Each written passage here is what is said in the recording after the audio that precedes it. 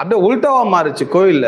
எப்போ நீ பேப்டிசம் எடுக்க போற, எப்போ நீ பேப்டிசம் எடுக்க போறன்னு கோயில்ல என்ன பண்றாங்க, பேப்டிசம் எடு எடு எடுன்னு ப்ரெஷர் பண்றாங்களே தவிர, ஆனா அவனுக்கு விசுவாசம் வந்தா, அவன் கர்த்தரை நம்பிட்டா, கர்த்தரை ஏற்றுக்கொண்டு விட்டால் அவனை யாரும் தொல்லை கொடுக்க வேண்டியதில்லை. அவனே என்ன பண்ணுவான், ஞானஸ்தானம் எடுப்பான்.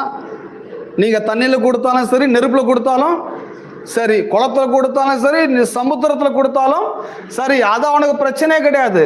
பிரச்சனை என்ன, அவனுக்கு விசுவாசத்தை ஏற்பட வேண்டும், அவனுக்குள் விசுவாசம் வர வேண்டும். என்ன விசுவாசம்?